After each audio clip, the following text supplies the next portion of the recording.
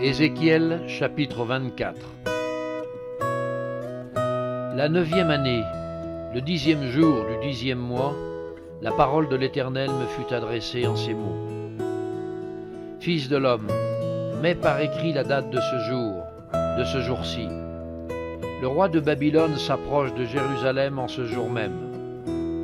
Propose une parabole à la famille de rebelles et dis-leur: Ainsi parle le Seigneur l'Éternel. Place la chaudière et verse-y de l'eau. Mets-y les morceaux, tous les bons morceaux, la cuisse, l'épaule. Remplis-la des meilleures eaux. Choisis dans le troupeau et entasse du bois sous la chaudière. Fais bouillir un gros bouillon et que les eaux qui sont dedans cuisent aussi. C'est pourquoi ainsi parle le Seigneur l'Éternel. Malheur à la ville sanguinaire, chaudière pleine de rouille et dont la rouille ne se détache pas. Tire-en les morceaux les uns après les autres sans recourir au sort.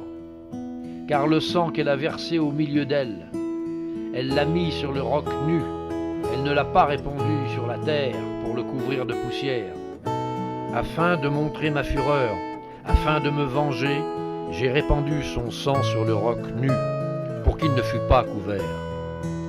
C'est pourquoi ainsi parle le Seigneur l'Éternel. Malheur à la ville sanguinaire. Moi aussi je veux faire un grand bûcher. Entasse le bois, allume le feu, cuis bien la chair, assaisonne-la et que les os soient brûlés. Puis mets la chaudière vide sur les charbons afin qu'elle s'échauffe, que son airain devienne brûlant, que sa souillure se fonde au-dedans et que sa rouille se consume. Les efforts sont inutiles, la rouille dont elle est pleine ne se détache pas. La rouille ne s'en ira que par le feu. Le crime est dans la souillure, parce que j'ai voulu te purifier et que tu n'es pas devenu pur. Tu ne seras plus purifié de ta souillure jusqu'à ce que j'ai assouvi sur toi ma fureur. Moi l'Éternel j'ai parlé, cela arrivera et je l'exécuterai. Je ne reculerai pas et je n'aurai ni pitié ni repentir. On te jugera selon ta conduite et selon tes actions, dit le Seigneur l'Éternel. La parole de l'Éternel me fut adressée en ces mots. Fils de l'homme, voici, je t'enlève par une mort soudaine ce qui fait les délices de tes yeux. Tu ne te lamenteras point, tu ne pleureras point, et tes larmes ne couleront pas. Soupire en silence, ne prends pas le deuil des morts. Arrache ton turban, mets ta chaussure à tes pieds, ne te couvre pas la barbe, et ne mange pas le pain des autres. J'avais parlé au peuple le matin, et ma femme mourut le soir. Le lendemain matin, je fis ce qui m'avait été ordonné. Le peuple me dit: Ne nous expliquerais-tu pas ce qui signifie pour nous ce que tu fais? Je leur répondis: La parole de l'Éternel m'a été adressée en ces mots. Dis à la maison d'Israël: Ainsi parle le Seigneur l'Éternel.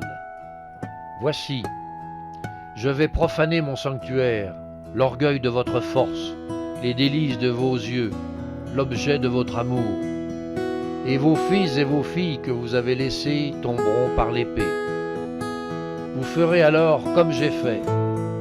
Vous ne vous couvrirez pas la barbe, vous ne mangerez pas le pain des autres. Vous aurez vos turbans sur la tête et vos chaussures aux pieds. Vous ne vous lamenterez pas et vous ne pleurerez pas, mais vous serez frappés de langueur pour vos iniquités et vous gémirez entre vous. Ézéchiel sera pour vous un signe. Vous ferez entièrement comme il a fait. Et quand ces choses arriveront, vous saurez que je suis le Seigneur l'Éternel. Et toi, fils de l'homme, le jour où je leur enlèverai ce qui a fait leur force, leur joie et leur gloire, les délices de leurs yeux et l'objet de leur amour, leurs fils et leurs filles, ce jour-là, un fuyard viendra vers toi pour l'annoncer à tes oreilles. En ce jour, ta bouche s'ouvrira avec le fuyard et tu parleras. Tu ne seras plus muet. Tu seras pour eux un signe, et ils sauront que je suis l'Éternel.